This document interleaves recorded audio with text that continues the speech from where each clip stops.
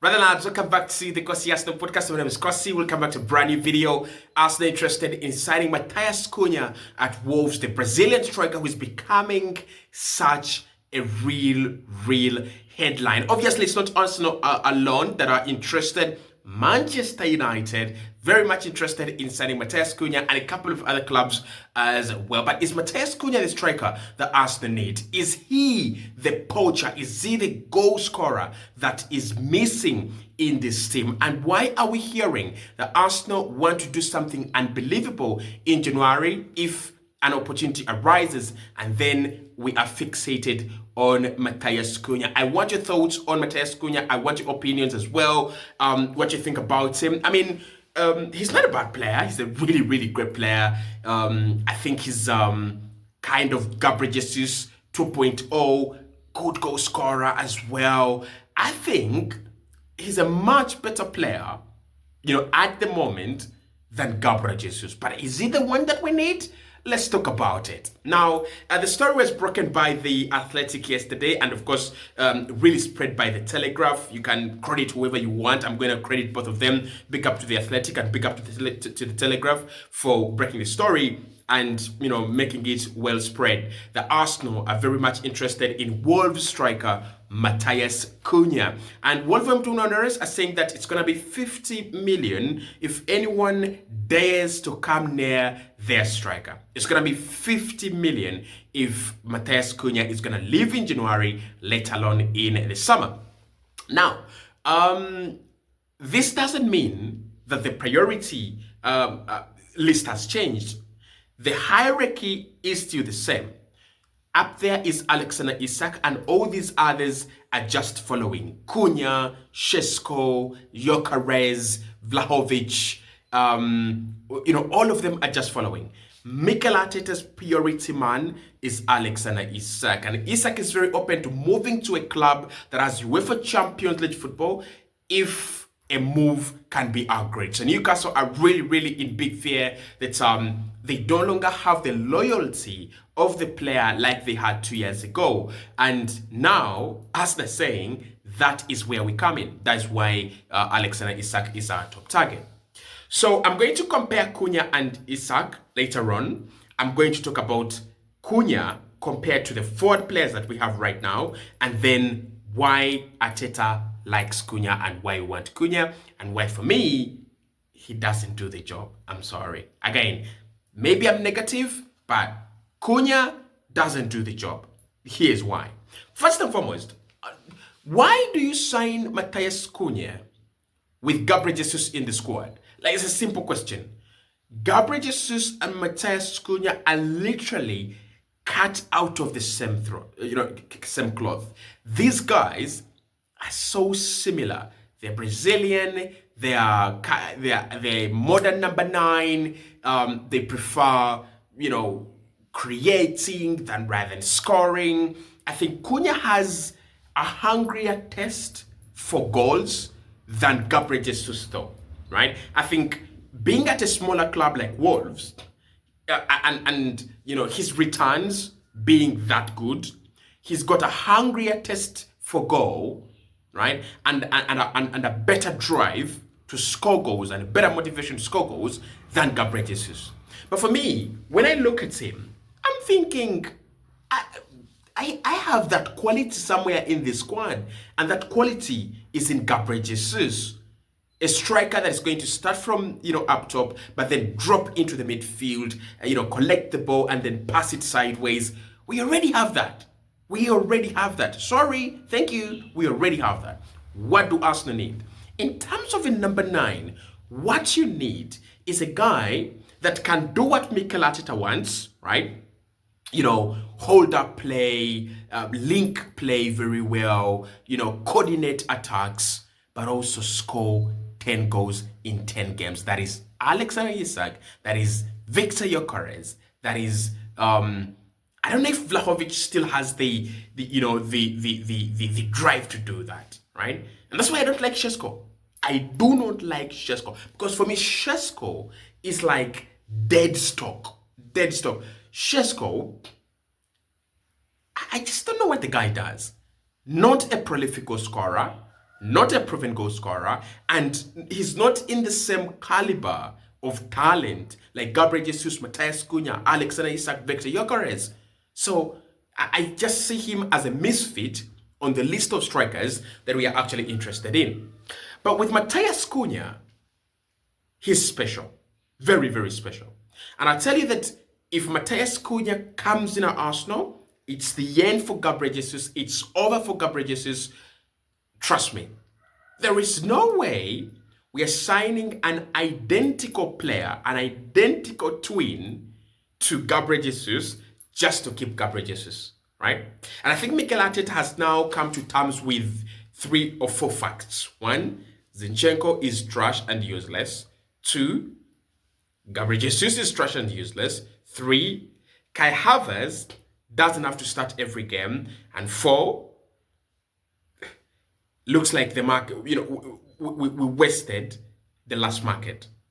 He's now come to terms with that. You can see it in his press conferences that, he's hungry for a signing that's going to turn this team's fortunes around. Is it Matheus Cunha? He could do a great job coming in January. A very good job coming in January.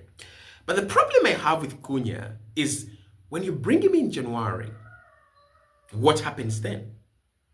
Because he's going to block us from getting the striker we want. If you spend 50 million on Cunha, you might not be able to spend 100 million or 80 million or 70 million on Isak.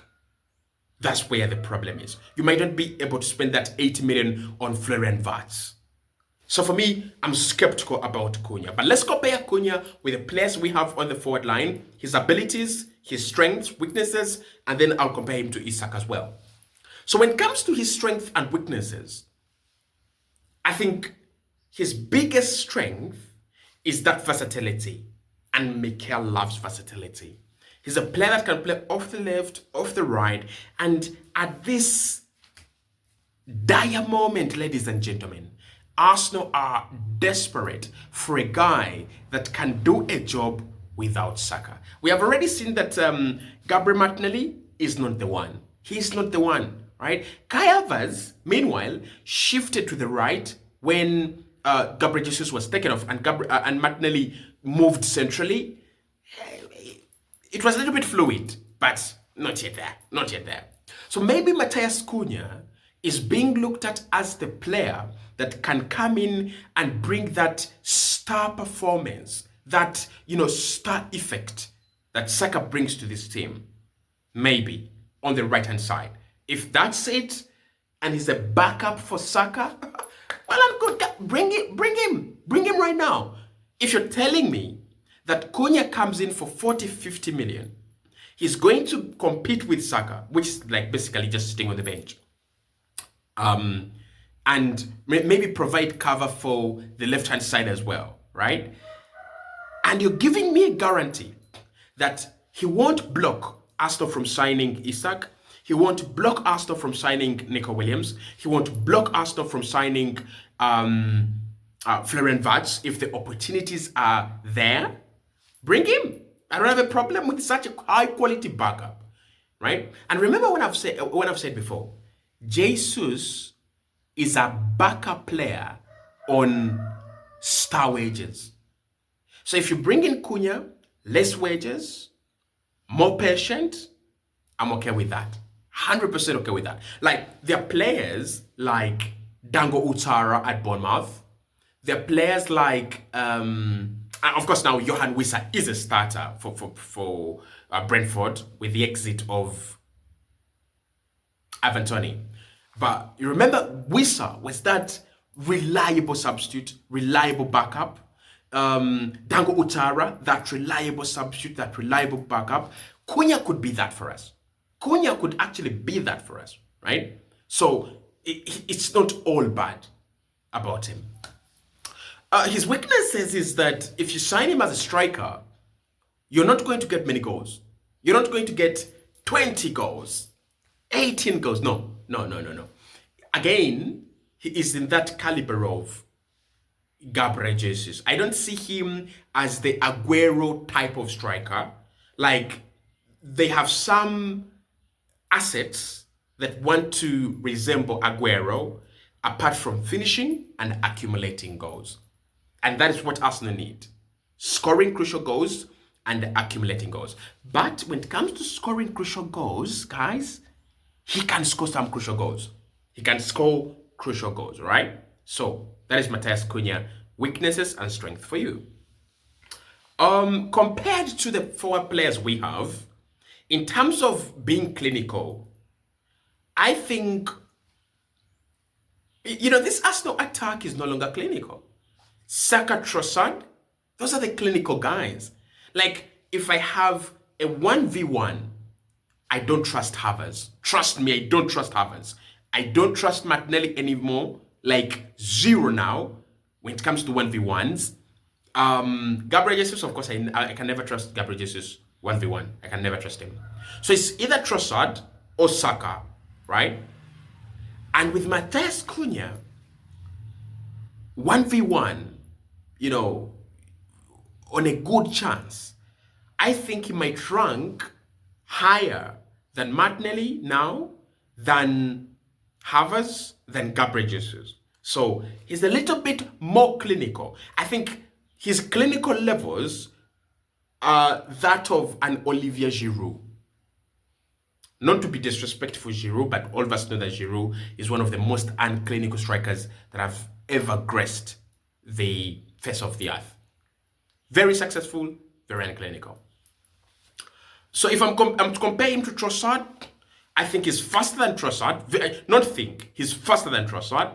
He can beat a man 1v1, Brazilian, probably. And then Trossard is a better finisher. Compare him to Martinelli. Martinelli is faster. I think Martinelli is better off beating a player 1v1 if you play him on the left while he's inverted. Cunha is still a better finisher. If I compare him to Saka, he has nothing on Saka. Saka is like better in everything. If I compare him to Havertz, Havertz has got that aerial ability to score a good aerial goal. Havertz has got that, kind of physical presence. When you play him up top, he can physically disturb defenders and deal with them. Quick, Cunha is better in terms of speed. Finishing, Cunha is better in terms of finishing as well. So when you look at him, he kind of blends in with what we have. Of course, you want me to compare him to Gabriel Jesus. I don't know. Because Gabriel Jesus, what is good about Gabriel Jesus? What is good about Gabriel Jesus? I don't know. Raheem Sterling, Cunha is better, right? So yes, I can bring him in, but that means that we get rid of Sterling. In the summer, he goes back to Chelsea. We get rid of Gabriel Jesus as well, all right? Then Cunha will do a great purpose. Now compare him to Alexander Isak. I go Isak. Apart from the injuries, because Cunha has got a more reliable presence and durability than Isak. But apart from that, Isak is tall. Isak is a natural poacher. Like those goals that Isak scores where the ball is crossed in and it literally finds him in front of the goalkeeper. Like, he's so good at floating into that space between centre backs and getting in front of your goalkeeper. Whether it's a header or it's just a tap-in. The goal that he scored against Arsenal, remember? The goal that he scored against... Okay, the Liverpool one was like thunderbolt. He scored that goal a couple of times. Really scored that goal a couple of times, right? I think he scored one again, this Boxing Day. So for me, it's Alexander Isak. But anyway, let's see how this develops. I'll be keeping you posted on the Matheus Cunha story.